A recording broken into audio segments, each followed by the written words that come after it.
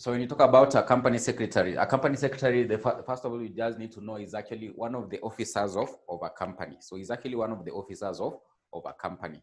And basically, the company secretary will basically mostly be involved with being able to oversee the administrative and basically advising the board of directors on the legal requirements, or what are the requirements the company is supposed to comply with regard to maybe the Companies Act. So he basically advises the board. So you can say a company secretary is an officer of the company who basically oversees the administrative activities of the company, and most importantly also advises the board on the legal requirements, or basically the implications of the laws that basically affect the company. For example, he'll actually be able to advise the board on the requirements that the company should actually be able to comply with regards to the Companies Act. Because you realize in a company that these persons are actually serving as directors on the board, they basically don't, they might not actually be having expertise in matters to do with the law. So that's why you find that this particular company secretary will actually be able to come in and be able to basically try to advise them as to what are the requirements the company should actually be able to comply with regards to the Companies Act or any statute that is basically regulating that particular company. So most of the time you'll find that this particular person appointed as a company secretary, they mostly basically prefer someone who is maybe an advocate of the High Court. But of course, you are going to see the other key qualifications that you must actually be able to have before you can be appointed as a company secretary. So we are saying a company secretary is an officer, one of the officers of a company. His main role is basically to oversee the administrative, and most importantly, apart from the administrative activities, also advise the board on the legal requirements with regards to what the company should actually be able to comply with. Most importantly, the Companies Act, because the Companies Act is the one that actually regulates the operations of companies. It's the one that actually regulates the operations of companies. It's the one that actually regulates the operations of companies. So that is who a company secretary is. So an officer of the company who oversees the administrative and advises the board on the legal requirements, or the legal requirements the company should actually be able to comply with while actually carrying out its operations. So another thing you have to note about the company secretary. So the company secretary can be an individual or a corporate body. He can actually be an individual or a corporate body. So the company can decide to have an in-house person who will basically serve as a company secretary. Alternatively, they could engage another firm to give what is known as secretarial services. Because you're going to see among the qualifications for one to be a company secretary is that you must have actually done the CS course with CASNEB up to the final level. So after you attain this particular qualification, basically now you can actually be able to register and become a certified public secretary in Kenya. Of course, you can go ahead and actually open your firm that can provide secretarial services to other companies. It's just the same case, for example, the qualification you are pursuing, for example, it could be CPA. Once you do CPA up to final level, you could actually basically register with ISPAC and maybe start your own firm to be able to basically provide professional services to other companies or other firms. So that's why you are saying it can be an individual. The company could decide that we just want to have an individual in the company, or an in-house individual basically provide the company secretarial services, or basically serve as an officer of the company providing secretarial services. Alternatively, they could decide to outsource that particular function to another company that is actually registered to provide such services. So most important, in that particular corporate body, you'll find that those people providing the secretarial services have basically attained the qualifications required for them to be able to provide secretarial services to other companies, to be able to provide secretarial services to other companies. Then another thing you need to know about the company secretary is that all public companies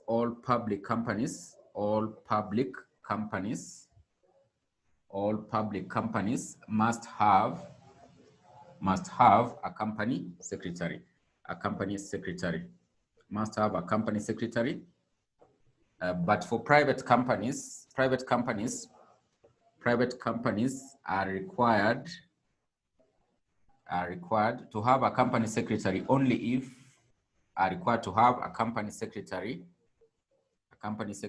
only if the paid up capital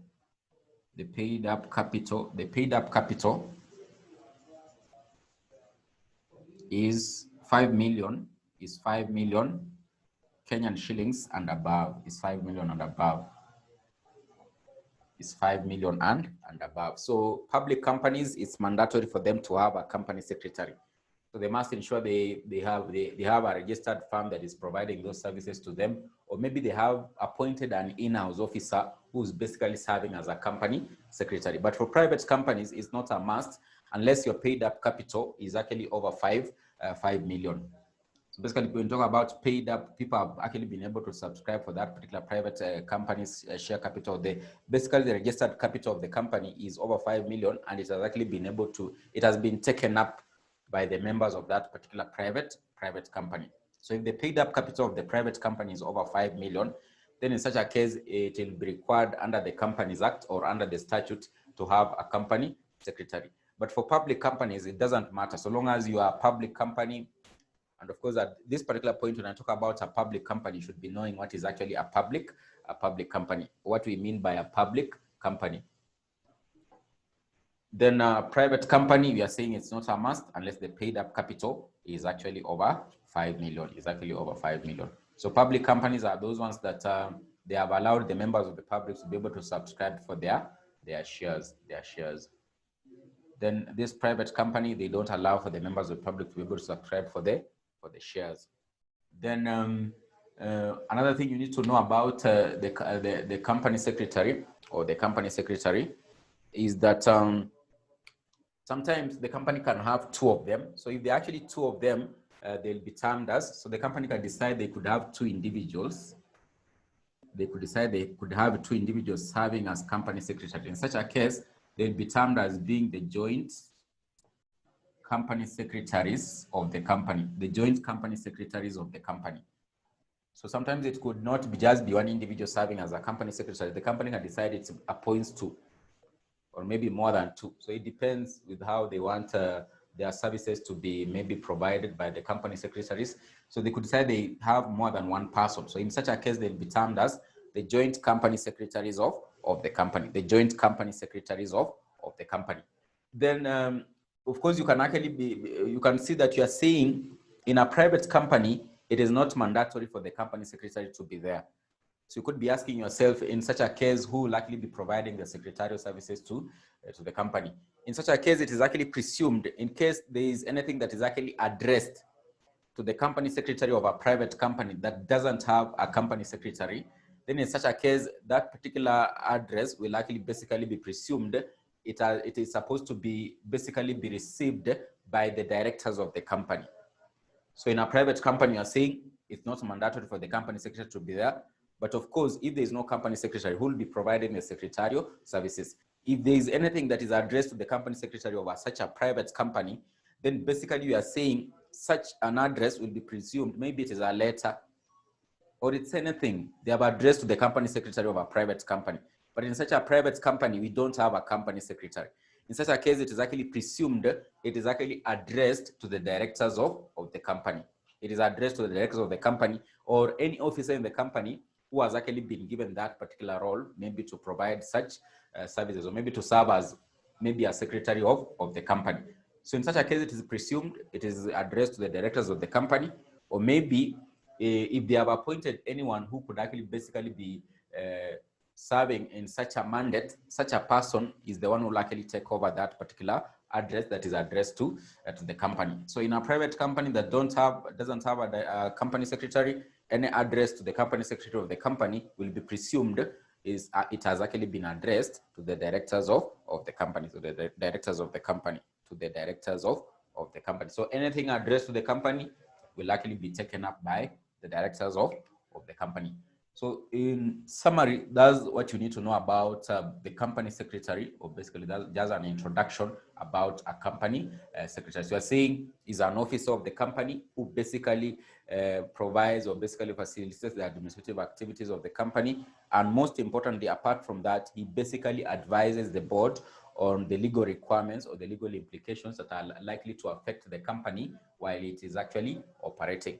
The reason we are saying this, that is the main role, is because those who are serving as directors of the company, they might not actually be having expertise in matters to do with how companies should actually comply with the law when they're actually operating. So there must be an officer in the company who should actually be able to advise them on what they are supposed to conform with regard to the laws of the country, or maybe the laws regulating the operations of the company.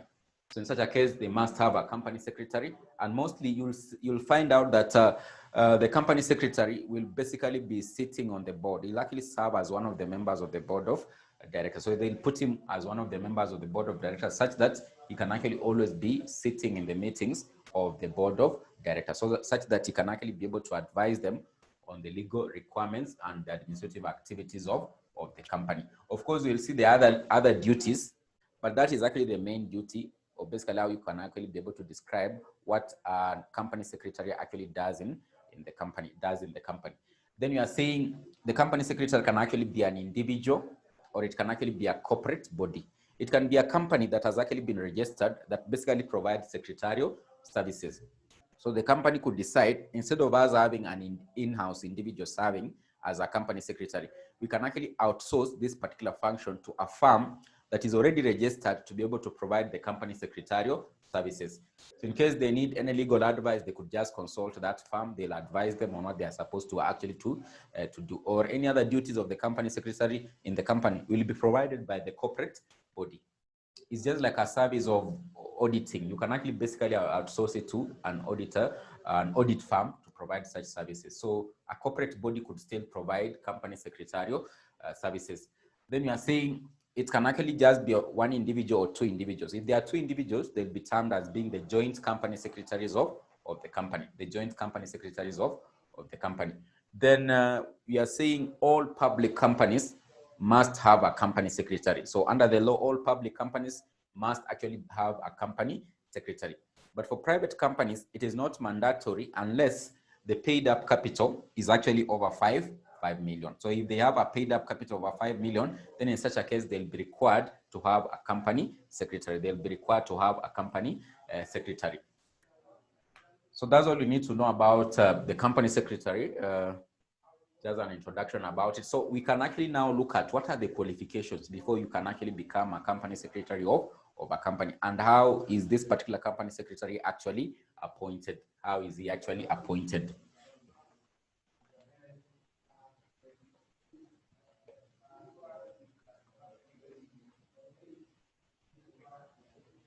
So you can look at qualifications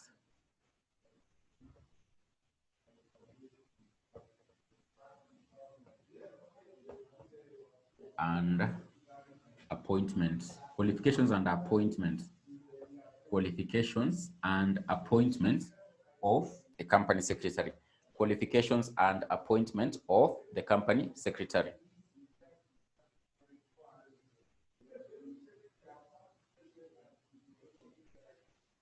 So there's someone asking there, is there a difference between a company secretary and a chief executive officer? Then concerning the last class, can a company have both an MD and a CEO? So, you know, this particular term, managing director and CEO, in most companies, you'll find that instead of this particular person being termed as a managing director, they just call him the chief executive officer. But basically, it could depend on the company's structure. It just depends on the company structure, but mostly you'll find that instead of them naming him as the MD, they'll just call him the Chief Executive Officer. Most companies that have an MD, you won't find this position. Those ones that don't have this particular position, you'll find they have a Chief Executive Officer. So it's just like one and the same person. He's the top officer in the company just before, because you'll find that mostly it is normally like this. We have the board of directors. Company structures are mostly structures like this. Then down here, you'll find an MD or a chief executive officer. Then down here, you'll find now the line managers. You'll find the finance manager. You'll find the human resource manager. You'll find the sales and marketing manager. You'll find other functions of the company. So this person here basically acts like just a link between these particular functions and the board. But this particular person will actually sit on the board of directors. So he'll actually be one of the directors of the company. For example, if you look at the structure of Safaricom, you'll find that, for example, maybe you can use an example of the current, is he the chief executive officer or MD? Is basically the link between the board and the functions of Safaricom as a company. So you'll find that he actually is a chief executive officer and he actually also sits on the board. So try just to find out what is the board of directors of Safaricom composed of. You'll find that the chief executive officer sits on the board of directors. So mostly you'll find that the MD or the chief executive officer actually sits on the board of directors. He's actually one of the directors of the company. He's one of the directors of the company. He's one of the board members. He's one of the board members. So where you basically have an MD, you'll find that you don't have the chief executive officer.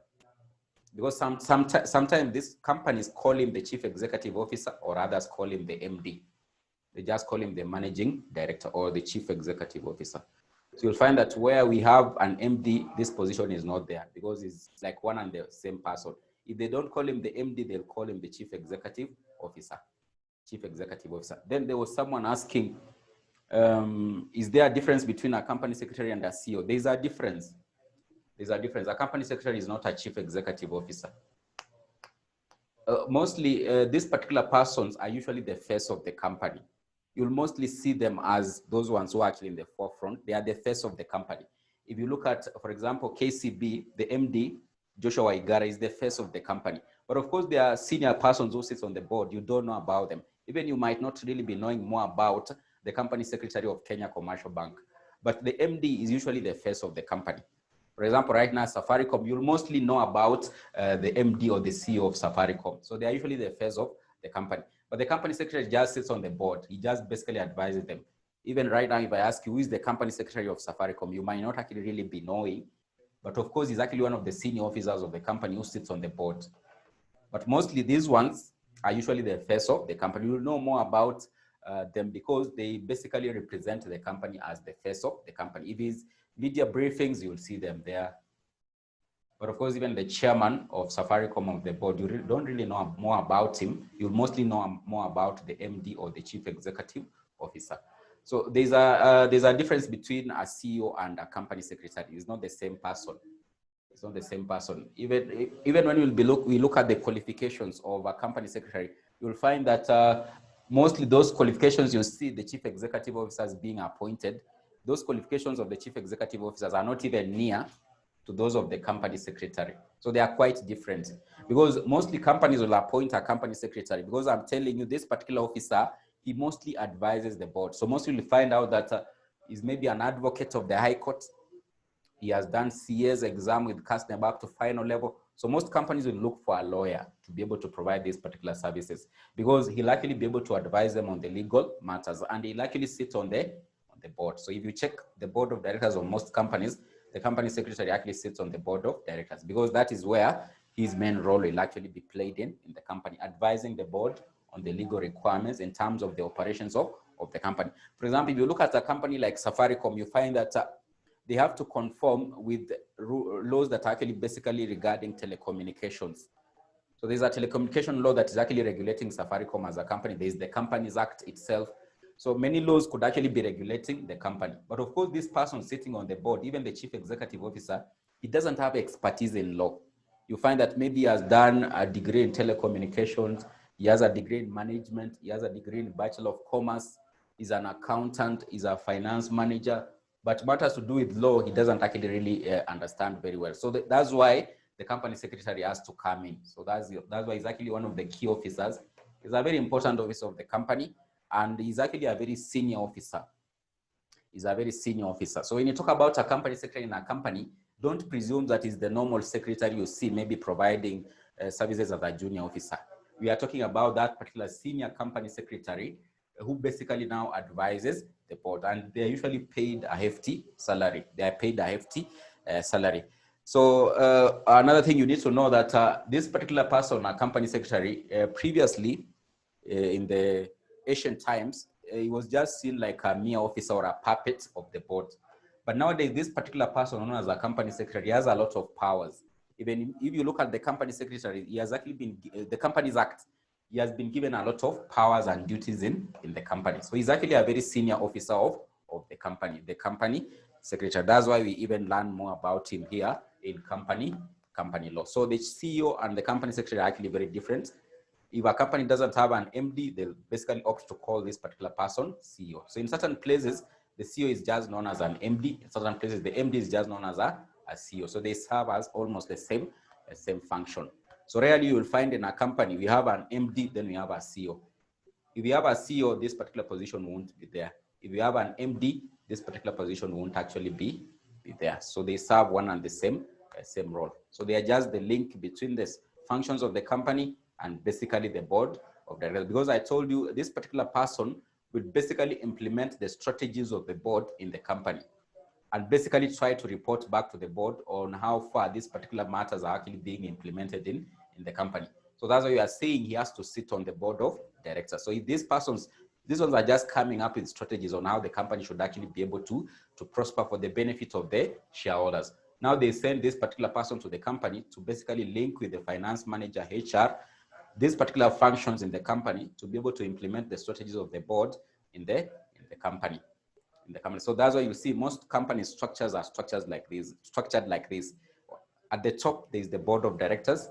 Then there's a link in between. There's usually a link in between and the functions of the company. So basically down here, you'll see there's the function of the finance manager. There's the human resource manager. There's the sales and marketing manager. You can have a production manager. So they basically report to the MD. The MD reports to the board of directors, So I hope I've been able to answer.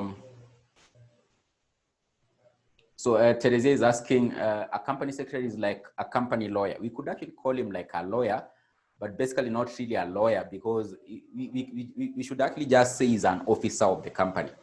You know, mostly if you need the services of a lawyer, you basically outsource them from a law firm. But now he can't actually be able to represent the company, for example, in a court of law.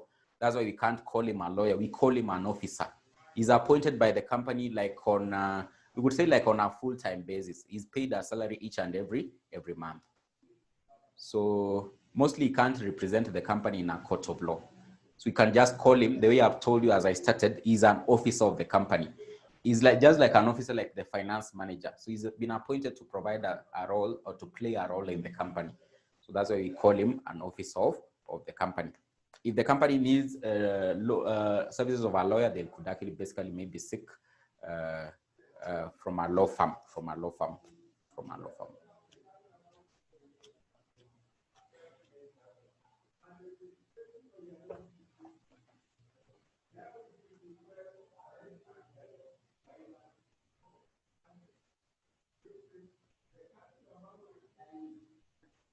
So qualifications and appointment of a company secretary. So the most key thing to be able to know first about appointment is to know that the company secretary in a company will be appointed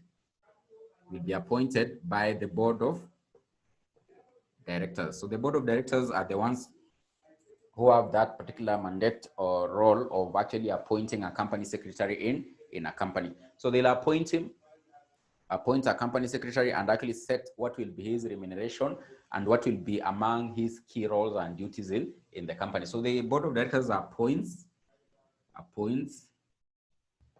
sets remuneration, and outlines the role of the company secretary in the company, secretary in the company. So he'll be appointed by the board of directors. So of course, before they actually appoint him, they'll basically have to ascertain that he has the requisite knowledge and experience to be able to perform in such an office. So before they appoint, they have to ascertain before appointment, the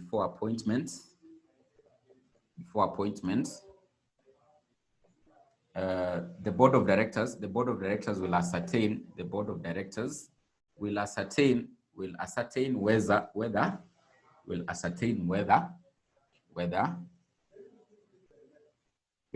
whether this particular person has the requisite knowledge, has requisite or required knowledge, has the requisite knowledge, has the requisite knowledge, has the requisite knowledge and experience, requisite knowledge and experience to serve, requisite knowledge and experience to serve in such an office, to serve in such an office. So they'll ascertain whether he has experience. He has maybe served as a company secretary elsewhere. He has been serving maybe as a company secretary for another firm for this particular number of years. Does he have the knowledge? Does he have the knowledge? Does he have the knowledge? Then also they'll likely be able to ascertain whether he's a holder of a practicing certificate. This was actually also very important. He is a holder of a practicing certificate,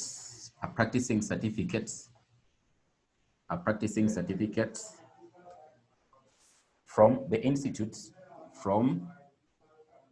the Institute of Certified Public Secretaries of Kenya. So they'll ascertain whether he has the requisite knowledge and experience. He has actually served as a company secretary maybe elsewhere.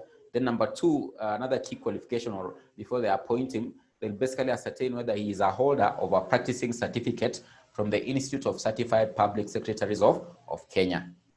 So this is basically the institute that basically now gives company secretaries a practicing certificate. It's just like the same case. After you've done with your CPA up to final level, you'll basically have to get a practicing certificate from the Institute of Certified Public Accountants of Kenya. So of course, for company secretaries also, they have their own body that actually registers them.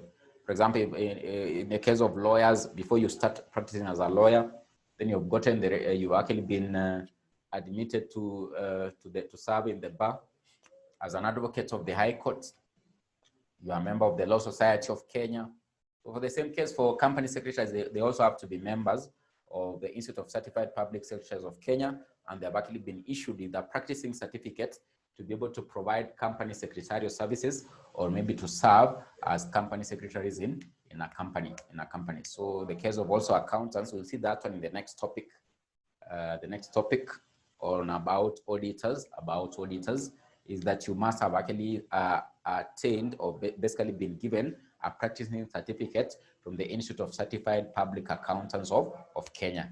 So just the same case with company secretaries, also they have their own body that gives them a practicing certificate. So of course you are saying these are the major things that the company will actually be able to look at. But you can actually see here, I'm saying you have to have actually been given a practicing certificate from the Institute of Certified Public Secretaries of Kenya. So how will this particular institute be able to give you a practicing certificate? How will they actually be able to give you a practicing certificate? So we can look at qualifications to attain a practicing certificate from the Institute of Certified. So they look at certain qualifications. For example, the most key one, that you've done the CS exam up to final level. You've done the CS exam up to final level. You've done the CS exam up to final level. So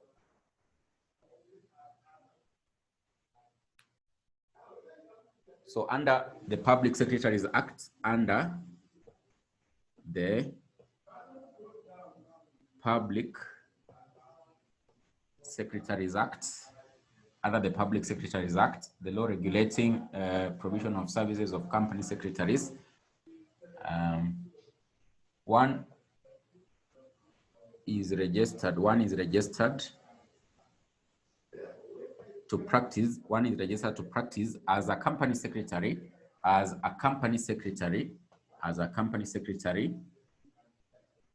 if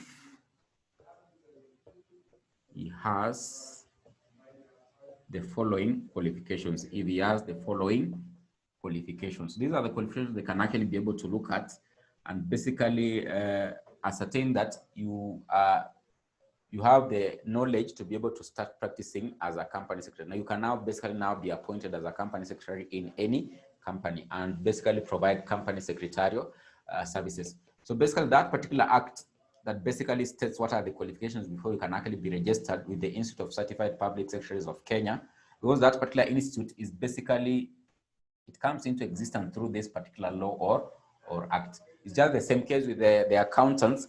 The Institute of Certified Public Accountants of Kenya was actually brought into existence by what is known as the Accountants Act, by the Accountants Act.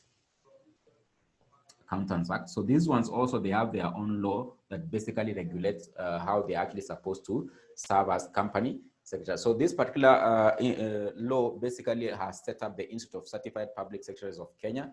And of course, under this particular act, the qualifications that one must have actually ascertained before you can actually be registered is that they can actually look at, number one, you can talk about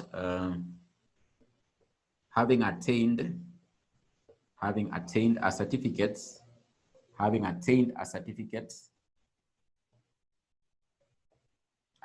indicated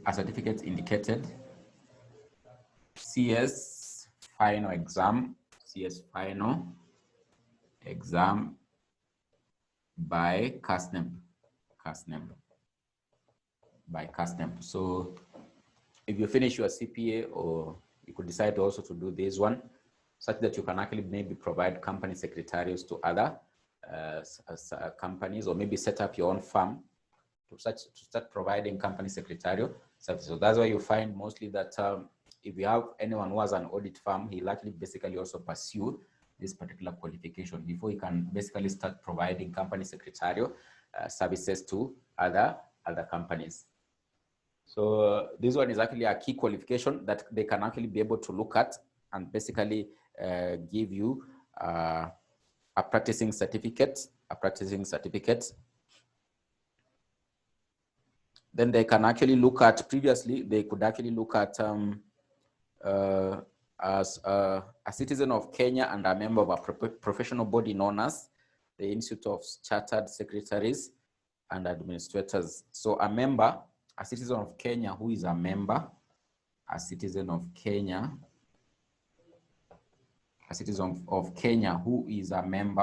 who is a member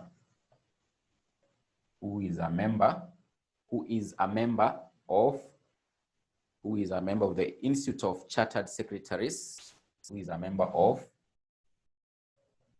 institutes, who is a member of Institute of Chartered, who is a member of the Institute of Chartered Secretaries and administrators,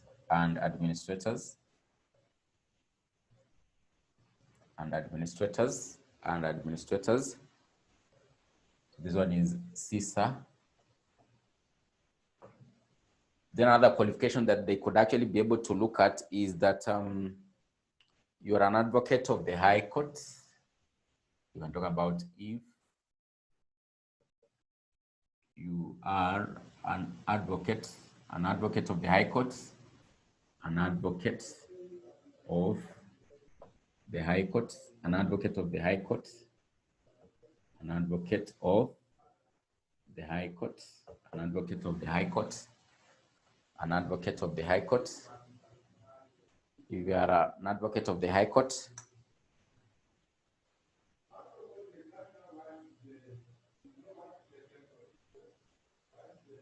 an advocate of the High Court,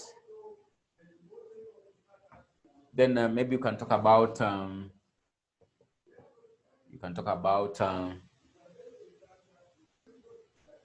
any other relevant qualification, They could look at these particular 3 key qualifications and any other relevant qualification that they feel that can actually be able to maybe enable you provide company secretarial services. For example, if you pursue this particular qualification, then you basically learn more about provision of company secretarial services to other companies. So there are several units that you'll actually be able to learn. For example, you learn about strategic management. So you can actually be able now, after you've attained this particular qualification, be able to advise the board of directors of a company. That's why it's exactly seen as a major qualification before you can actually now be given a practicing certificate by the Institute of Certified Public Secretaries of Kenya. So if you are a member of this particular body known as CISA, then also they could actually basically give you that particular practicing certificate. If you are an advocate of the High Court and basically you may be served as maybe a company secretary elsewhere, you have the experience, they could actually give you a practicing certificate, or they could actually look at any other relevant qualification that they feel that you can actually enable you to provide company secretarial services. So long as maybe you can give them your qualification, you basically give them the qualifications, maybe what you've actually pursued, they look at it, they ascertain that it's actually relevant, then they can actually give you a practicing certificate. But most you'll find that most people actually maybe want to provide company secretarial services, they basically pursue this particular qualification from CASNEP. So from CASNEP, then they'll actually be able to provide company secretarial services. Sometimes you'll find that there actually may be lawyers who have actually been admitted to the bar, so they are serving as advocates. So they basically now maybe come in and actually maybe further their knowledge by pursuing this particular qualification, and they could actually maybe be given a practicing certificate to be able to provide company secretarial services, So the key thing is just for you to be able to know that a company secretary in a company will actually be appointed by the board of directors. They'll set what will be his remuneration. Then of course, they'll actually also ascertain what will be his key roles or roles in the company when he's actually serving as a company secretary. Before they do that, of course, they have to look at whether he has the knowledge or experience to be able to serve in such a position. Then of course, he has a practicing certificate, which is actually very key, a practicing certificate from the Institute of Certified Public Secretaries of Kenya. How do you get this particular certificate or practicing certificate? So this particular body will actually, you have basically to provide evidence that you can actually be able to provide secretarial services by maybe providing your papers or qualifications. They look at them and basically now they can give you a practicing certificate. Part of the qualifications that's actually very key before they give you that particular practicing certificate is, of course, you are saying you actually have pursued the CA's exam up to final level. So that is a qualification they could just look at and just give you that particular practicing certificate. Or if you are a citizen of Kenya, now you're actually a member of the Institute of Chartered Secretaries and Administrators, then of course they could actually give you a practicing certificate to serve as a company secretary. If you have an advocate of the High Court and maybe you have the experience of serving as a company secretary, they could actually also give you the practicing certificate, or they could look at any other relevant qualification. So if they ascertain that that particular qualification has given you the knowledge to be able to provide secretarial services to a company, they could actually give you a practicing certificate. So that's how basically company secretary will actually be appointed, and those are some of the part of qualifications that can actually enable one to be able to provide company secretarial services, So just remember that, for example, in the case of, I've told you it can be an individual or a corporate body. So that particular corporate body, you'll find that those people providing those particular services from the corporate body have basically been given a practicing certificate from the Institute of Certified Public Secretaries of Kenya. So you can register your firm, then the institute actually approves the firm to provide the secretarial services.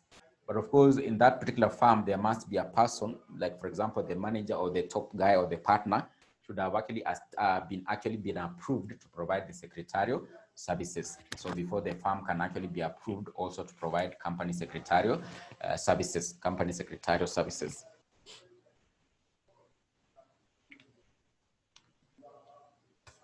So I can see Eunice saying there, secretary takes minutes, company secretary takes minutes, italics.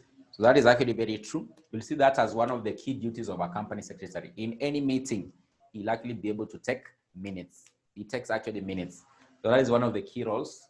But of course, that one you'll see it under the duties of a company secretary, the duties of a company secretary, the duties of a company secretary. So we've seen how he is actually appointed or what are his qualifications, but sometimes the company secretary can be disqualified from office. So how will he be disqualified from office? What will be part of the reasons that can actually make the company secretary be disqualified? So disqualification from office.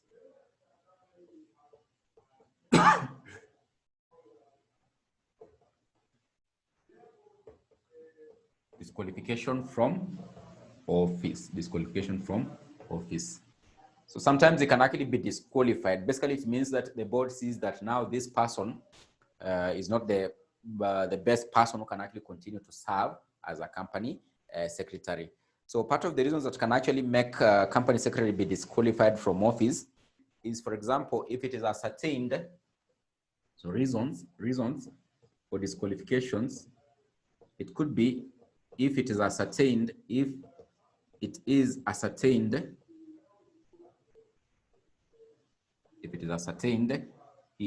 of unsound mind. He is of unsound mind. You can say if it is ascertained by a qualified medical practitioner,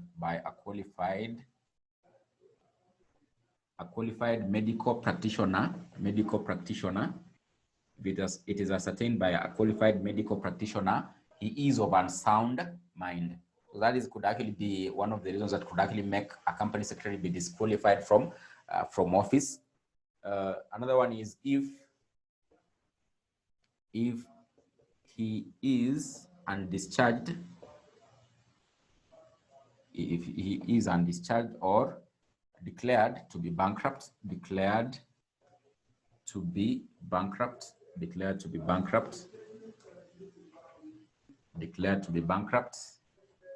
So if he is undischarged, discharged or declared to be bankrupt, is undischarged, bankrupt, or declared to be bankrupt by a court of law, basically means that maybe a receiver has actually been appointed to maybe oversee his assets and maybe pay off his liabilities. So the company could actually release him from actually serving as the company secretary until when he has actually sorted the matter. If he's convicted by a court of law, if convicted by a court of law,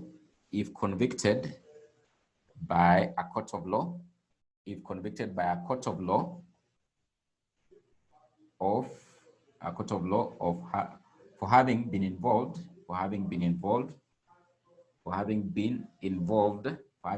involved in fraud or dishonesty,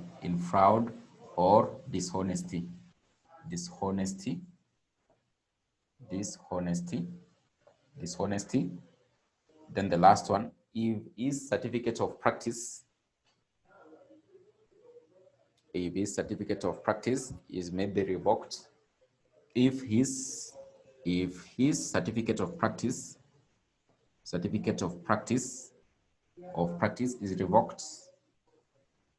is revoked, or cancelled, or you can say cancelled, by the Institute of Certified Public Secretaries of Kenya. So you no longer have that particular practicing certificate. So they could look at you are not actually following the rules and regulations put in place by the institute. In such a case, they could revoke your practicing certificate. So in such a case, you are not allowed to continue to serve as a company secretary. So you could actually lose your position, or you could actually be disqualified from office. You could actually be disqualified from office. You could actually be disqualified from office. You could actually be disqualified from office.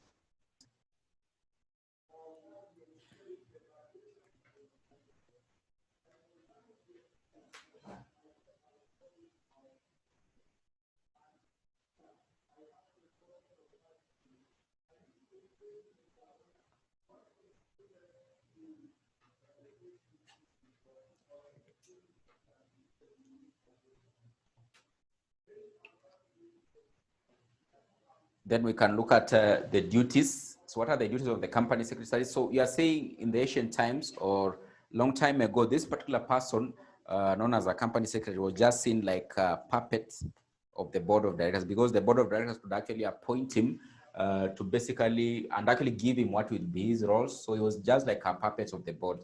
But most recently, the company secretary has actually been given a lot of powers, mostly under the statute or under the Companies Act. So he's actually one of the senior officers of the company. So it's not like in the ancient times or maybe long time ago, basically where he was just seen like a puppet of the board, or basically the board could actually maybe direct him or her to maybe do certain roles in the company. So in such a case, you are saying in the recent times, or most recently, the company secretary has a lot of duties and powers in the company that have actually been given by the statutes. So we can have different duties and powers. So you have duties and powers of the company secretary. Eunice has given one of the duties there, to take minutes at the meetings of the company. It could be a board of directors meeting, it could be a general meeting.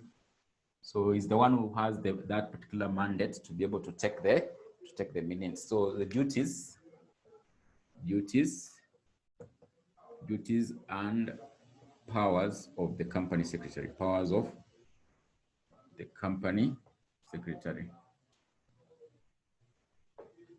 Duties and powers of the company secretary. Duties and powers of the company secretary. So the first one, which is actually very key under the statute, is to update the registers, of the company. So we've seen there are different registers in the company. For example, register of members, register of debenture holders. You're just going to see another one, register of the company secretary, register of the company secretary, register of the company secretary. So to update the registers of the company and ensure they're in good order, and ensure they are, and ensure they are in good order. They are in good order.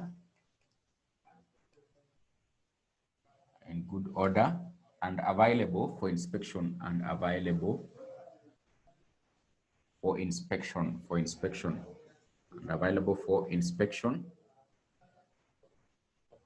So that is one of the duties of the company secretary. Then to ensure all the necessary forms of the registrar are accurate and submitted on time, ensuring all necessary forms of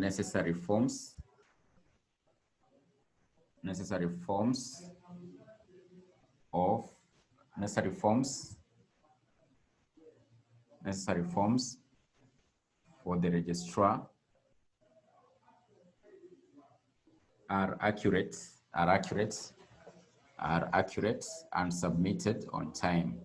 and submitted on time. So any submission the company has to make, maybe to the registrar. So there are several submissions the company is supposed to make. For example, registration of charges.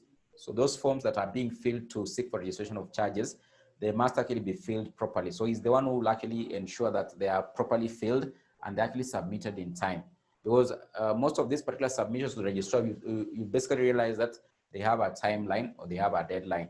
For example, registering or basically informing the registrar with regard to the allotment of shares of the company, it must be done within a period of 14 days. So within a period of 14 days, then it basically means that he has to basically submit the correct forms that are basically registering the allotment of the shares of the company. So all submissions to the registrar must actually be made properly, and the forms seeking for the submissions should actually be properly filled by the company secretary. Another one is to ensure custody, safe custody of the company's sale. To ensure safe custody of the company's sale. To ensure safe custody of the company sale. To ensure safe custody of the company sale. To ensure safe custody of the company sale. Safe custody of the company sale. You can say safe custody and correct use. So safe custody and correct use of the company sale. Safe custody and correct use of the company sale. To ensure safe custody and correct use of the company sale. The company sale is like basically like a stamp.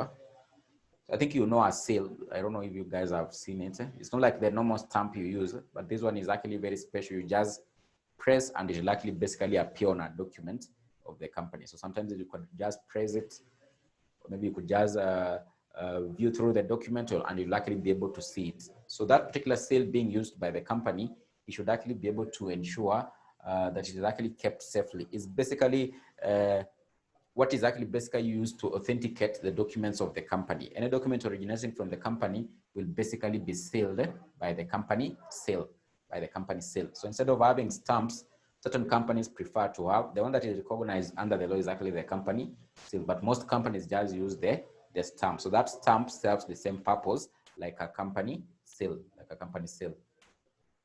Then another one is to take minutes at the meetings of the company. That one you've already been told there by Eunice. Take minutes at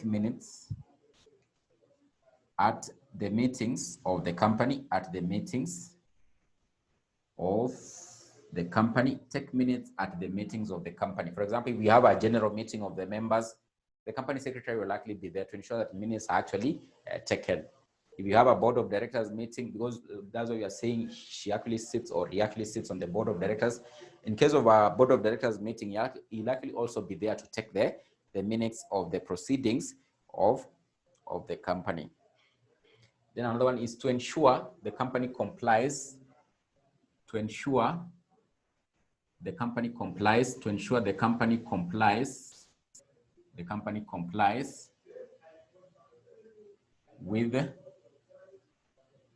the Companies Act.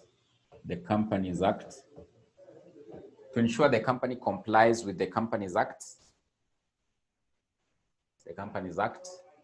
And other legislations.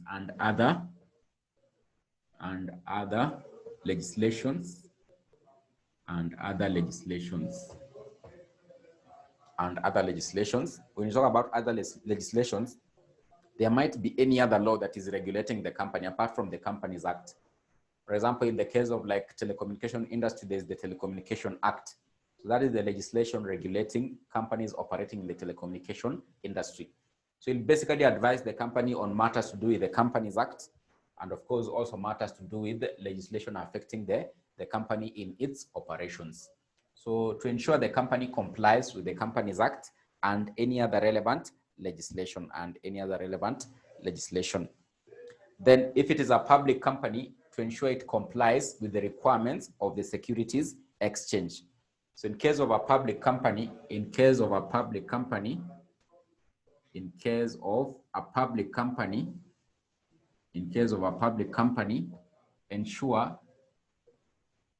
it complies with the requirements of the Securities Exchange, complies with requirements of the Securities Exchange, complies with requirements of the Securities Exchange. If it is a public company, because public companies are usually listed on the stock exchange, so it basically advise them on the requirements for them to be listed and how are they actually supposed to comply. Complies with requirements of the Securities Exchange. Requirements of the Securities Exchange. When you talk about Securities Exchange in Kenya, basically just mean the Nairobi Securities Exchange. So that's where companies in Kenya, or public companies in Kenya, are actually listed.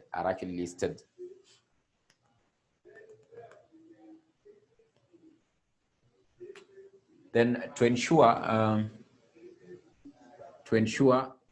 changes to the register of members are properly handled. To ensure changes to the register of members are properly handled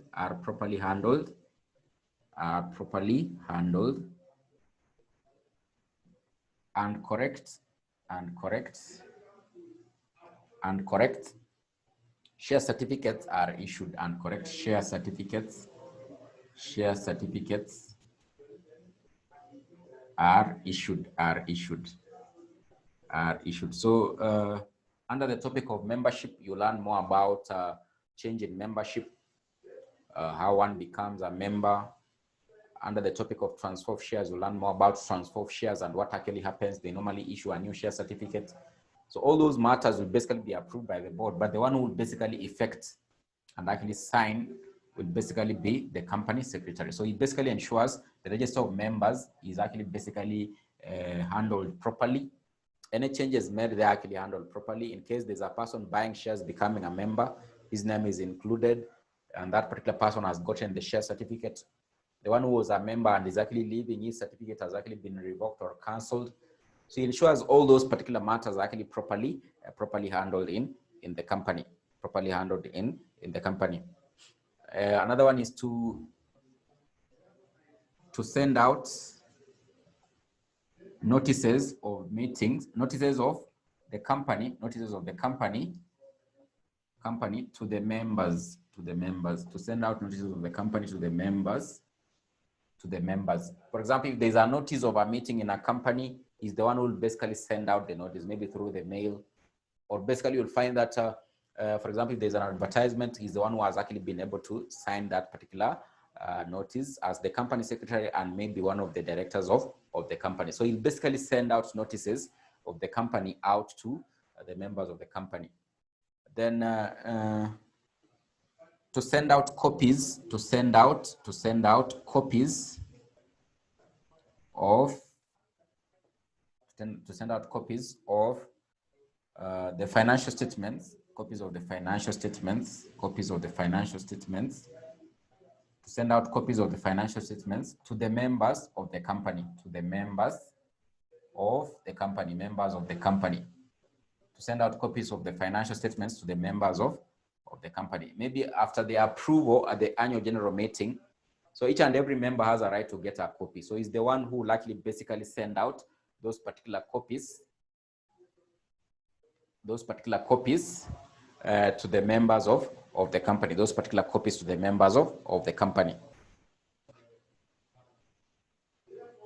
Then there's another one which is actually very key,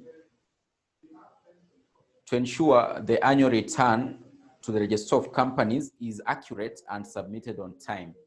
To ensure the annual return to the register of companies is accurate and submitted on time. To ensure the annual return to the register of companies is accurate and submitted on time.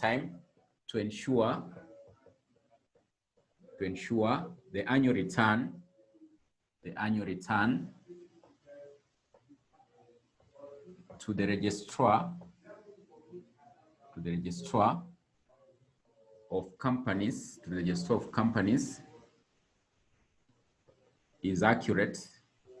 ensure the annual return to the registrar of companies, is accurate and submitted on time, So there's a return that companies normally make to the register of companies. So of course, you guys could actually just be knowing about a return to the Kenya Revenue Authority. But of course, each and every year after you've registered as a company, you're supposed to make a return to the register of companies each and every year. So that place you seek to be registered as a company, you must make a return to that particular place at the registrar's office. So that return you actually make is usually prepared by a company secretary.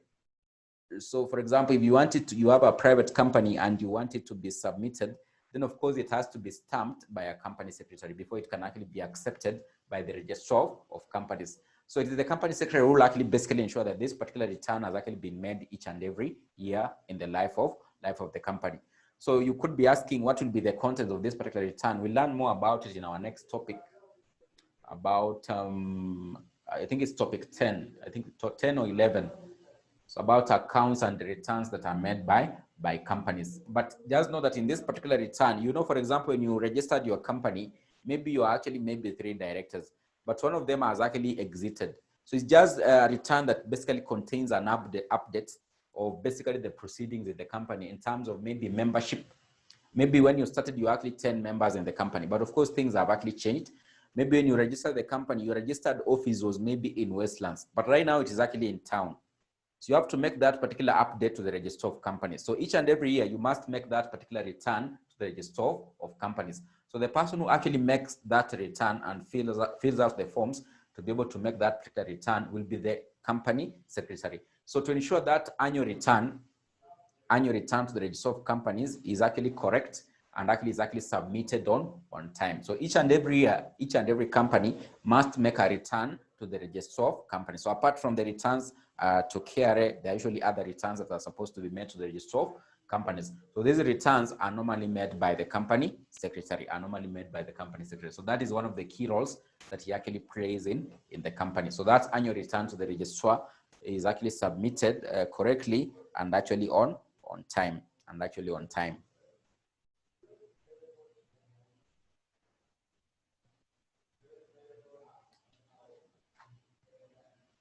So those are among the key duties of the company secretary. The key duties of the company secretary.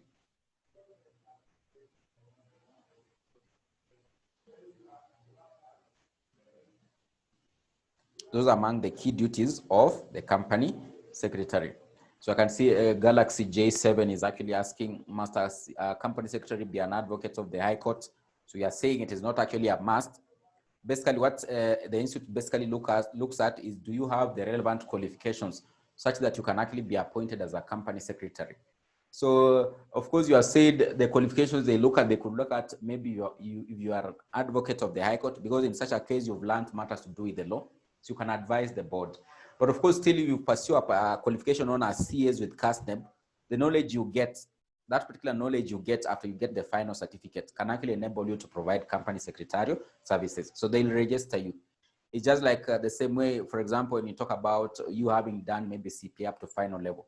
So they'll automatically register you to serve as an accountant, because these things you are learning, you've done FR, you've done accounting. So they know that this person, he has gone through the system and he basically can actually be able to provide accounting services. So if you do the CS exam up to final level, you'll basically have acquired the right knowledge to basically serve as a company secretary. So you'll still be given a certificate. The same case if you do, you are an advocate of the High Court, and of course you have the relevant experience, they could still actually go ahead and actually give you a certificate to practice as a company secretary, as a company secretary. But the most key qualification is CS exam up to final level. That's why you find that even if you have an advocate, you still basically want to pursue CS exam, because the knowledge he got maybe by studying just law generally is not the same knowledge he'll get when he does the CS exam up to final level. So the papers there in CS, they might actually be missing in his maybe qualifications to become an advocate of the High Court. So those qualifications you get, or that knowledge you get after doing the CS up to final level, is actually quite enough knowledge to enable you to provide company secretarial services. So that's why they'll give you a certificate to continue to practice as a company secretary. But of course, we are saying being an advocate of the High Court could actually be very advantageous, especially for big corporate companies, because you know these particular big corporate companies, there are several laws that actually regulate them. For example, when you talk about Safaricom, it is not only the Companies Act that actually regulates Safaricom. We have the Telecommunications Act that actually also regulates Safaricom. We have other laws. So that's why such big corporate companies could actually basically seek for the services from maybe an advocate of the High Court or someone who has studied law, and maybe he has all these qualifications that are required, so such that they can actually appoint him as a company secretary. But of course, how many big corporate companies do we have? They are just maybe like a few, they are not really many. So the small companies that are not big corporate companies are the ones that maybe could actually be seeking for company secretarial services. So that's why you find that most people who actually serve as company secretaries have just basically attained the qualification of CS exam up to final level. So you'll be given a certificate to practice as a company secretary. So you'll find that most people who do CPA exam up to final level, once they get the certificate to practice as auditors or maybe as accountants, they likely also pursue the CS exam such that they can provide the two services. So they can provide for the same client, maybe they could decide that they can actually be able to provide the secretarial services to that client and also be as the auditors of the same client. So in such a case, it could be an advantageous for such a firm, because it could actually maybe onboard several clients as a result of actually being able to provide secretarial services. So most accountants, once they register their own firms, they basically also pursue the CS exam up to final level, because several companies, like small private companies, will likely be seeking for secretarial services. For example, this return I'm talking about, you must make it annually to the Register of Companies.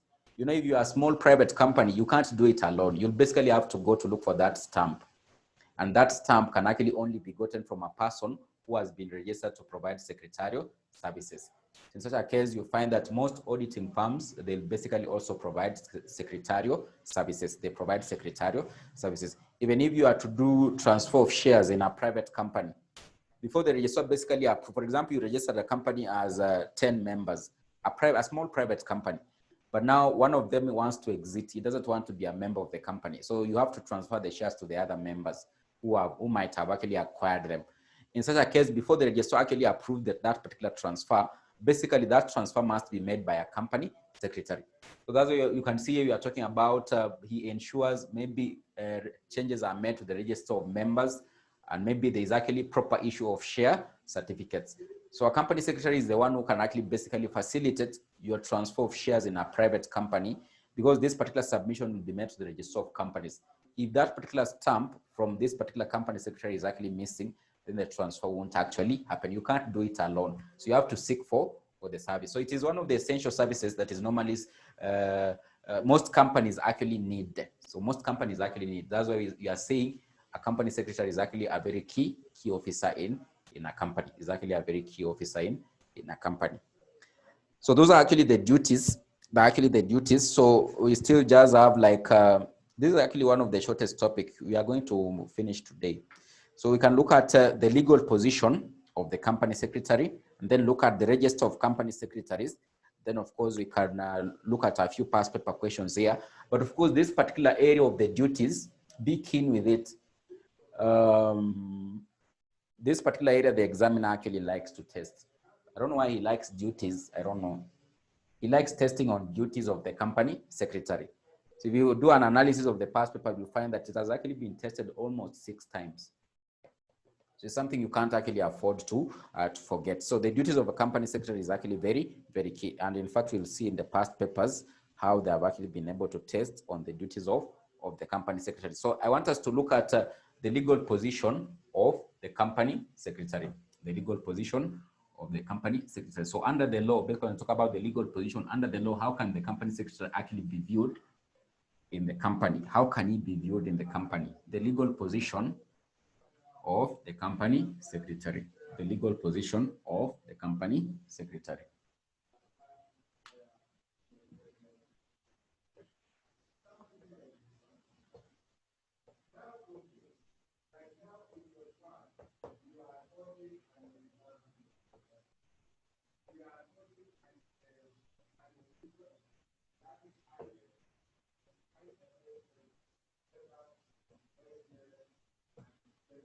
The legal position of the company secretary.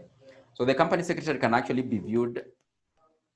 The company secretary can actually be viewed. So I can see Catherine is actually asking, does the company secretary have powers?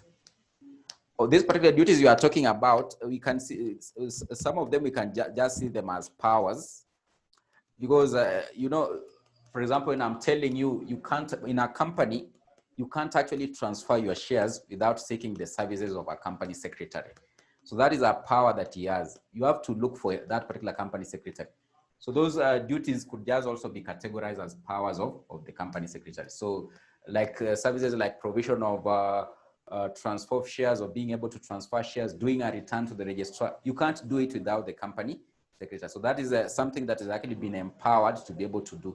So once you get that particular certificate, then of course you have the power to be able to provide those particular services, those powers to be able to provide those particular services. So they can't be done with anyone else in the company apart from the company secretary. Even the director can't do it. You can't actually transfer the shares in the company.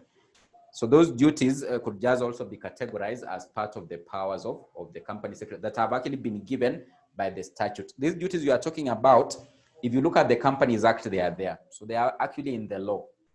It's not something that is done by the company secretary just from anywhere. There's a law in place. For example, the Companies Act basically gives them these particular duties and powers. So they say that the company secretary, these are actually his roles. He's the one who actually supposed to approve transfer of shares, to basically update the registers of the company. So not any other officer in the company can actually be able to do such functions. So you can just categorize these duties as part of the powers that have actually been given by the statute or the Companies Act, because these duties you are talking about, they are actually in the law. there's a law in place that basically empowers them to be able to provide these particular duties. So even the board is not the one that gives them these particular powers or duties. These duties are actually basically under the Companies Act. If you look at the Companies Act, they basically state that in a company we'll have a company secretary, and these will be his duties and powers or his roles that he's actually supposed to play. So they are not even given by the board, but of course the board is the one that actually appoints him. But among the duties that the board will give the company secretary, most obviously they'll just derive them from the Companies Act. So those particular duties are already outlined by a law in place. So that's what you are saying is actually a very key officer of the company. So those duties can also just be seen as the powers of the company secretary, as the powers of the company secretary. So I can see Eunice saying, what if the secretary fails to maintain the registers? Will he or she be liable? Of course, she'll actually be held liable, because several things could actually arise out of a register. Someone could actually go to a court of law and actually claim that I've not actually been included as one of the members of the company. In such a case, if the court actually tries to look for who is actually liable in the company, then of course it will be the company secretary, because we are saying any changes in the register of members will actually be approved by the board of directors. Once the board of directors has done it, then of course it is the company secretary to effect the changes. So the company secretary will actually effect the changes. So for example, the board approved it, but this particular person fails to basically make the changes. So the company secretary will likely be held liable, for such an offense. Failure to basically update or include the name of a person in a register of members. What maybe I need to ascertain is maybe is there a fine or a penalty that will be given? That one I have to ascertain, but that will likely be an offense that he will have actually committed, because if the board has approved changes in the register of members, then of course the company secretary has to effect the changes. So failure to do so, then I can see Alex is asking, in the case of a private company with no 5 million and above, who does the filing of returns to the registrar? Who does the filing of the returns to the registrar? So what will actually happen, for example, if you have your private company and you want to make your returns to the register of companies, what you will do, you'll basically seek for the services of a registered body of company secretaries. But of course, you are saying, for example, if you have a company or a private company that has a paid up capital of more than 5 million, then in such a case, it is mandatory to indicate you have an officer that basically provides company secretarial services.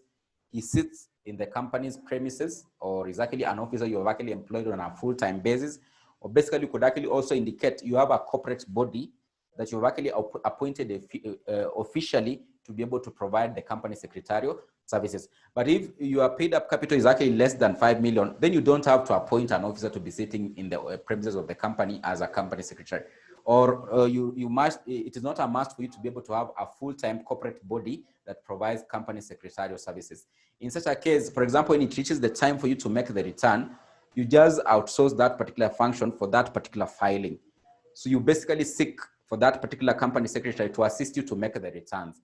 Because I'm telling you, when you'll be making the return, it is a must. There must be the stamp for the company secretary. If it is not there, the registrar won't actually accept the returns. So in this case, if your company doesn't have a paid up capital of over 5 million, what most people normally do, they look for a firm that is registered.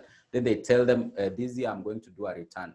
So they charge them, like, for example, 5,000. So he charges you 5,000, he tells you, I do the return for you.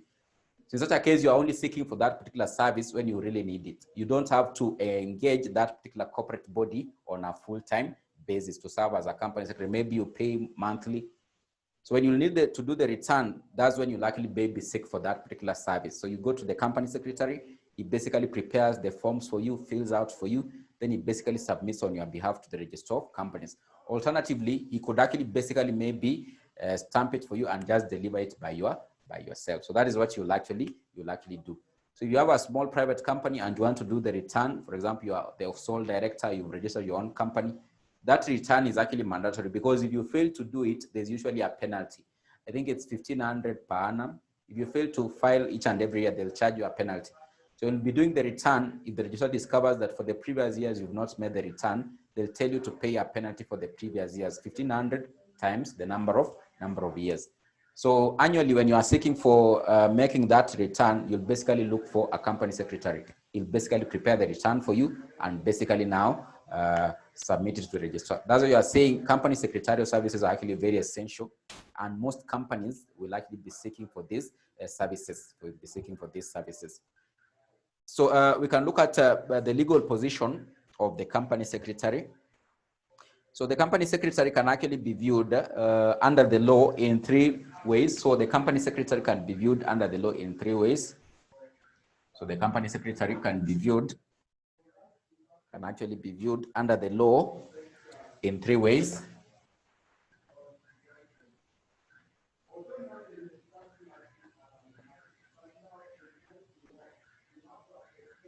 So you can be viewed as, we normally say, as a servant of the company, as a servant of the company. Number 2, you can be viewed as an agent of the company, agent of the company. Then number 3, as an officer of the company, officer of the company. So you can be viewed under the law in 3 ways: as a servant of the company, as an agent of the company, as an officer of the company. When we talk about being a servant of the company,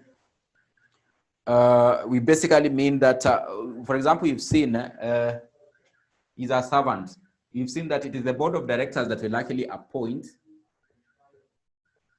the company secretary. So in this scenario, when we look at how he's actually appointed, we could just say he's like a servant of the board of directors, because they're the ones who basically appoint him and set his remuneration and set some of his roles. So one of the ways he can actually be viewed in the company is by him actually being a servant of the company. So a servant of is a servant of the company whose duty is to act in accordance with the instructions given to him by directors. So that's how basically you can actually describe him actually being a servant of the company. So he's appointed by the board of directors, and he likely act according to the instructions of the board of directors. So some of the roles will likely be set by the board of directors. But of course, you are saying generally the duties and the duties of this particular company secretary are already outlined in the Companies Act. And I've told you, mostly in the ancient times or long time ago, he was just seen as a puppet of the board of directors, because they're the ones who actually appointed him and set out his roles. But recently, there are laws in place. For example, the Companies Act gives the company secretary a lot of duties to be able to perform as an officer of the company. So we can actually see him as a servant of the company in this sense, that he's actually appointed by the board of directors, and they basically set his remuneration and instruct him on how he's actually supposed to perform his or her duties. So that's how basically you can actually describe him as a servant of the company. So he's a servant of the company whose duty is to act in accordance with the instructions given to him by the directors of the company.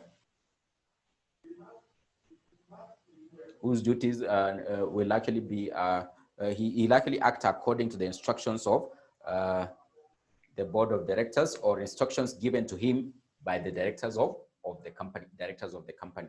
Then how do we see him as an agent of the company? So an agent is basically someone who's actually performing a task on your behalf.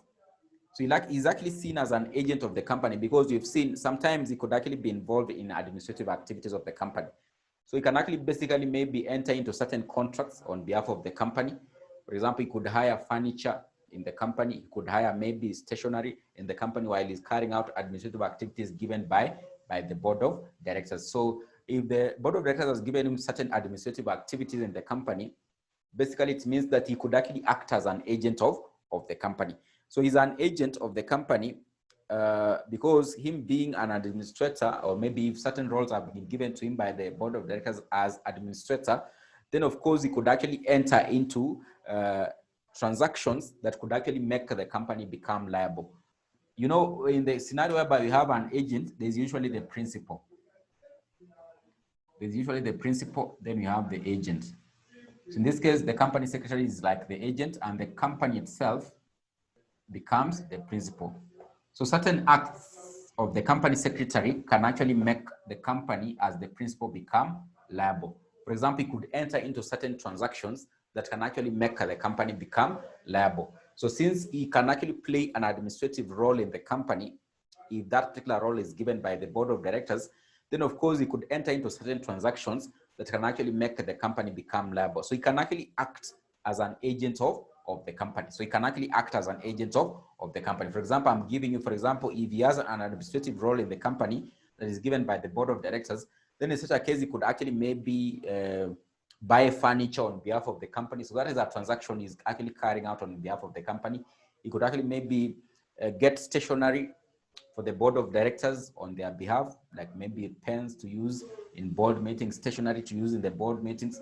In such a case, those particular transactions will actually make this particular company secretary to come out as being an agent of the company, So the company itself becomes the principal and he may actually becomes the agent. So certain transactions of the company secretary can actually make the company become liable. In mostly in a scenario whereby he's actually playing an administrative role as the company secretary. So that's how we can actually be able to view him as actually being an agent of the company.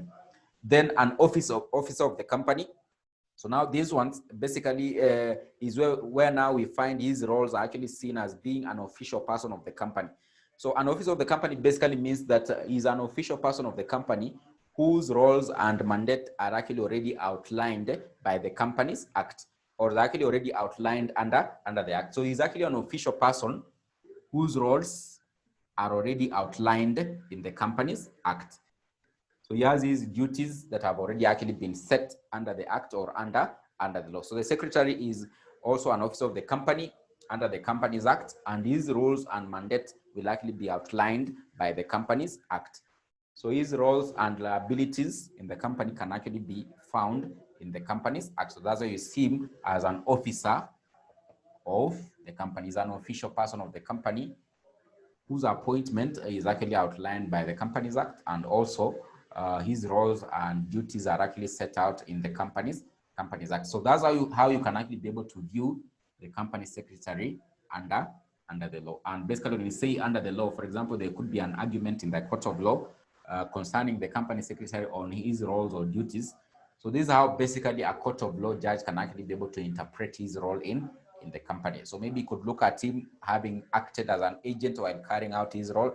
You could look at him as actually having acted as an official person or an officer of the company while carrying out his duties or mandate. He could look at him as actually having acted as a servant of the company. And in this case, this particular servantship is actually derived from him being appointed by the board of directors, and the board of directors basically instruct him on what he's actually supposed to do in the company. So this is how basically the legal position, you can see a position basically leads to maybe role in the company, or maybe duties in the company. So how can they actually come out or be outlined or be interpreted under the law? That we are talking about the legal position of the company secretary, the legal position of the company secretary. So I think there's only one thing that is actually remaining. But of course, that one, I want us to look at it by being able to look at a past paper question.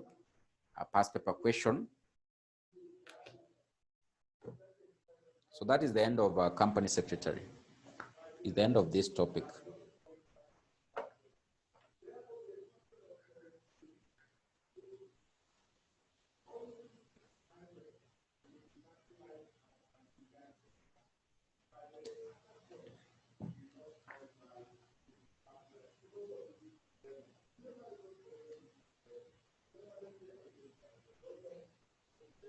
You can look at May 2019,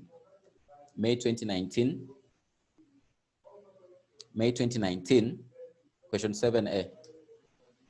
May 2019, question 7A. May 2019, question 7A. May 2019, question 7A. May 2019, question 7A.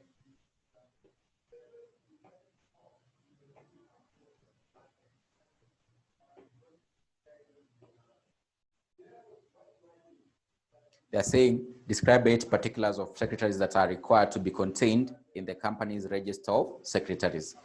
So they're saying, describe 8 particulars of secretaries that are required to be contained in the company's register of secretaries. So register of secretaries is basically just an enlisting of all the secretaries of persons who have actually served as secretaries of the company. So the particulars or the contents of the register of secretaries, because I've just told you the company secretary can actually be can actually maybe be an individual, just an individual or a natural person, or it could be a corporate body. It could be a juristic person or a corporate body or a company. So it could be a natural person and a human being who has been appointed. It could be a corporate body or a company. So basically, when you look at the particulars will actually relate to what will be the particulars when he's just a natural person or an individual. What will be the particulars when he's actually a corporate body, So you can just say this, the particulars of a register of secretaries, the particulars of the register of secretaries. I can see Sumaya Yasha asking, what are charges? I don't know what he has gotten that particular term. That particular term is most dominant in a topic known as debt capital. Charges are basically, when you talk about charges, they are basically those assets you've actually been able to use as a security in maybe acquiring finance or maybe acquiring a loan in the company. So when you talk about a charge, is basically that asset that has actually been used as a security in a company. So for example, if you use land as a security, then that particular land has actually been charged. So it is actually a charge in the company. It is actually a charge in the company. So those are charges, basically securities that you've actually been able to use as a company to acquire financing. So if the secretary of, this is what you are supposed to write. If the secretary of a public company is a natural person, the company shall ensure that the register of secretaries contains the following particulars. If the secretary of a public company, or just say, if the secretary of a company is a natural person, if the secretary of a company is a natural person, if the secretary of the company is a natural person, the company shall ensure that its register of secretaries contains the following particulars. That its register of secretaries contains the following particulars. Contains the following particulars. A or Roman 1, is it Roman? You can use Roman 1 or a dash, the way you want it. The first one, the name and any former name of the secretary. The name and any former name of the secretary. The name and any former name of the secretary. The name and any former name of the secretary. Then the address of the secretary, that is the next one, the address of the secretary. The address of the secretary. The address of the secretary. The address of the secretary.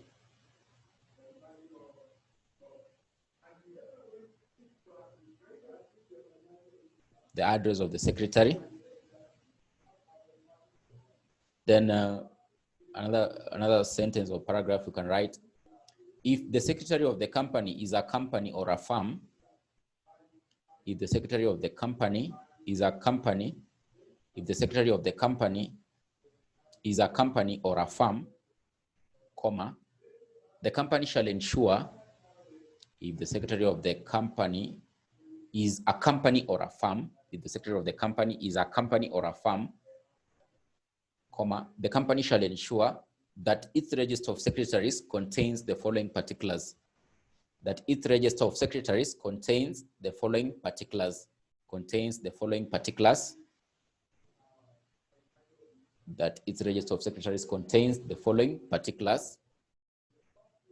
So semicolon, so they can put the first one, you can use dash or number 1, the way you want it. So the name of the company or firm, the name of company or firm,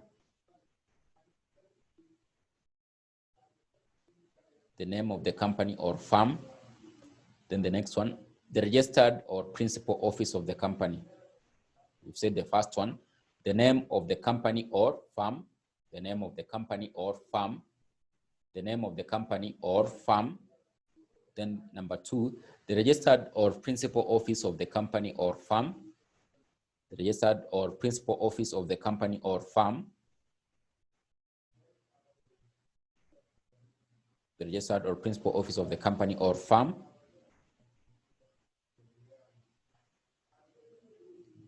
the registered or principal office of the company or firm. Then the next one, the legal form of the company or firm and the law by which it is governed. The legal form of the company or firm and the law by which it is governed. The legal form of the company or firm and the law by which it is governed.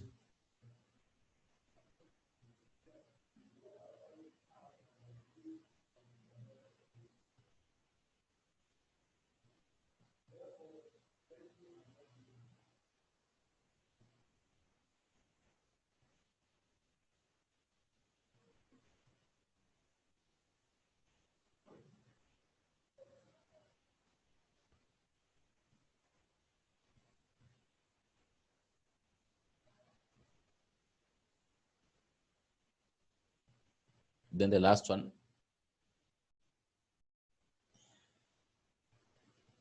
if it is an incorporated firm, if it is an incorporated firm, if it is an incorporated firm, if it is an incorporated firm, if it is an incorporated firm,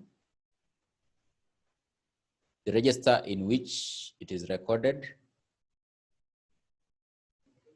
the register in which it is recorded,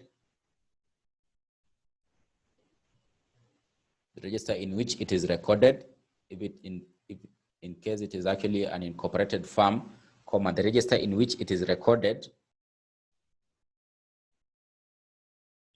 including the place where it is kept, including the place where it is kept, including the place where it is kept, including the place where it is kept,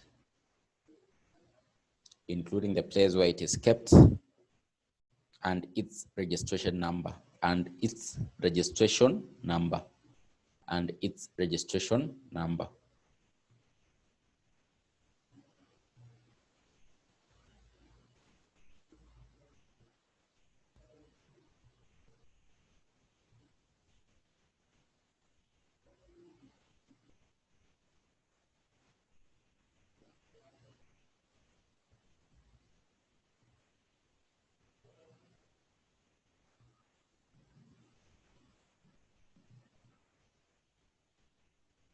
And its registration number.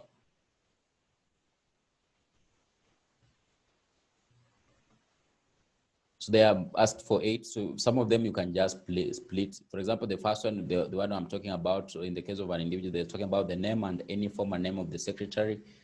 You can put the name of current secretaries. Then number 2, you put the name of former secretaries of the company, the address of the secretaries. There's another one I'm talking about here, the legal form in which it actually operates. So you can say the legal form in which it actually operates as a point. Then you actually also put the law that actually governs the incorporated body or the corporate body serving as a company secretary. So you can split some of them to make 8 marks. So the Roman 2, state 2 grounds for disqualification from being registered as a company secretary. So that one can actually talk about if he has been convicted by a court of law of an offense involving fraud or dishonesty.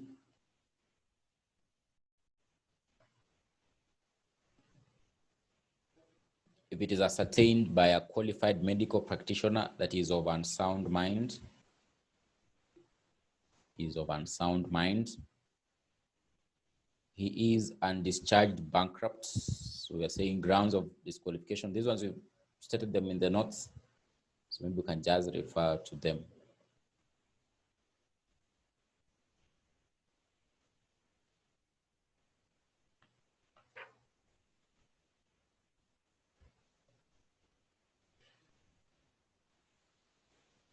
So I see Eunice is asking,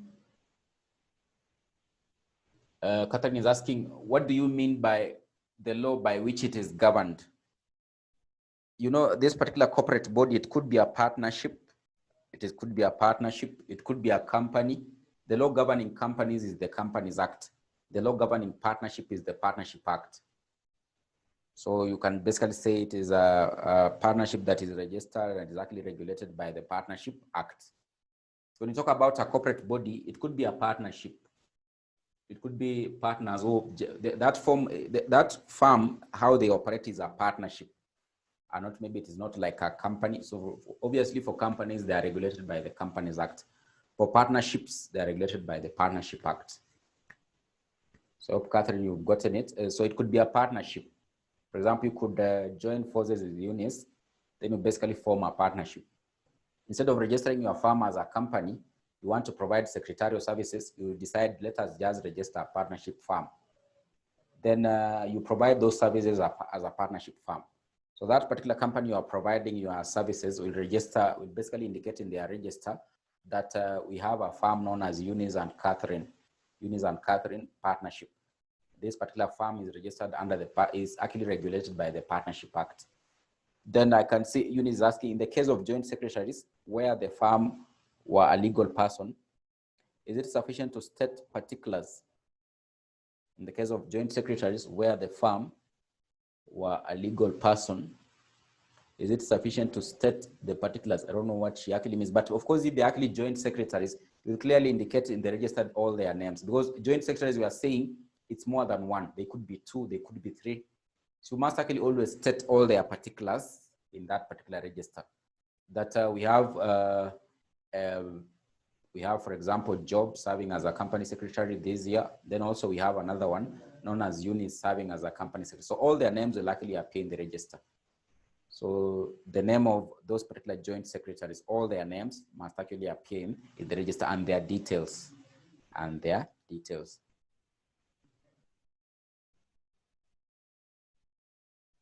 So I think today we can end there, but next time, before we start the topic of accounts, and I think it's auditors, not accounts. I think the next topic is actually auditors. So it's auditors. Before we start auditors, remind me to look at a few questions on company secretary. I would like us to look at a few questions before we start our next topic. So I think we can just end there today. We can end there today. So you remind me next time. I know there are questions that you'll come across. You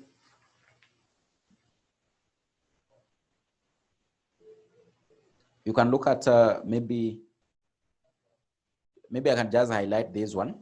May 2016, question 3A. May 2016, question 3A. May 2016, question 3A.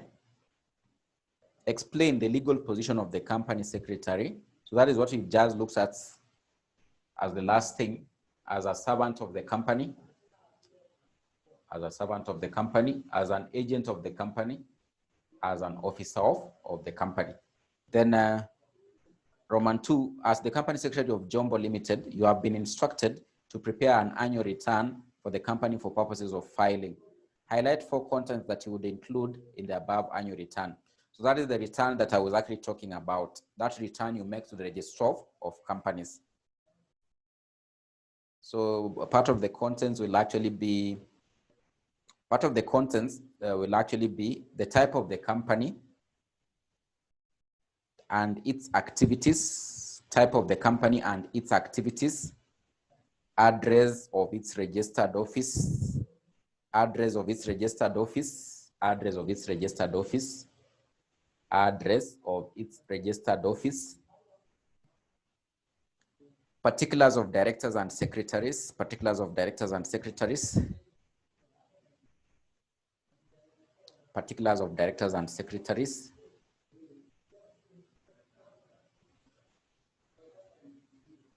names and addresses of the members of the company, names and addresses of the members of the company at the date of return, names and addresses of the members of the company at the date of return, So you've said type of the company as number 1 and its activities.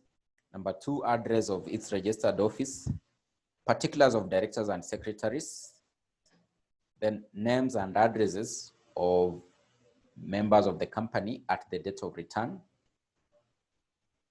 Number of shares held by each member is another one. This one is May 2016 question 3A. Melda, it's May 2016 question 3A. So number of shares held by each members. Number of shares held by each members. So I think I'll organize, or now you guys will likely get the notes. I don't know if I sent I haven't sent those ones for directors. I haven't also sent these ones for secretaries, but I'll organize. I'll send them so they'll be shared with you through Helen, so that you guys can maybe read deeper and understand. But of course, anytime you're in the class, be taking summary notes. You know, the teacher will give summary notes or will just hit the areas he thinks that will actually be tested. So your summary notes could actually be your savior, mostly in the last 30 minutes or 1 hour to the exam. You can peruse through and you'll cover a lot of things before you sit for the exam. So I'll organize how you can actually be able to get the notes. So Teresia really wants me to repeat point 1 and 2. I've said the type of the company and its activities. Then I've said address of its registered office. Then I've said particulars of directors and secretaries.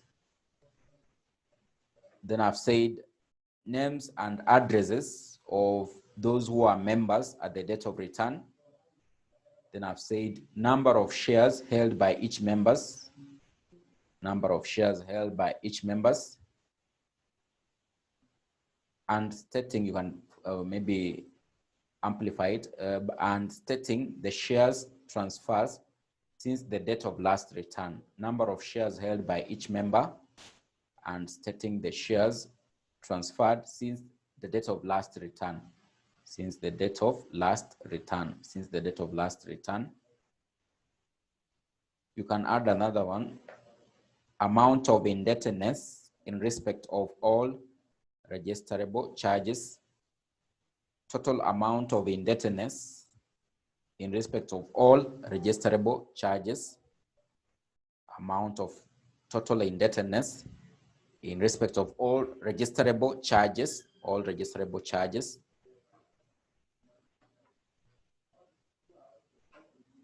Then you can actually also include name of the authorized signatory. Names of the authorized signatories of the company. Names of the authorized signatories of the company. That is what will be contained in that annual return. You will seek the company secretary to assist you to make to the registrar of companies, So I think we can end there today, unless you have a question or any comment, then you can just do it in the next 1 minute. But you guys can actually have a good afternoon and a lovely Sunday. Until we meet next time, I'll organize if we can also have a class on Thursday from around 7, but I'll communicate. You'll be checking your group. You'll see I'll communicate on Thursday from 7. We are likely to have 7 p.m. We are likely to have a class and revise a bit here. Then we start the next topic of auditors.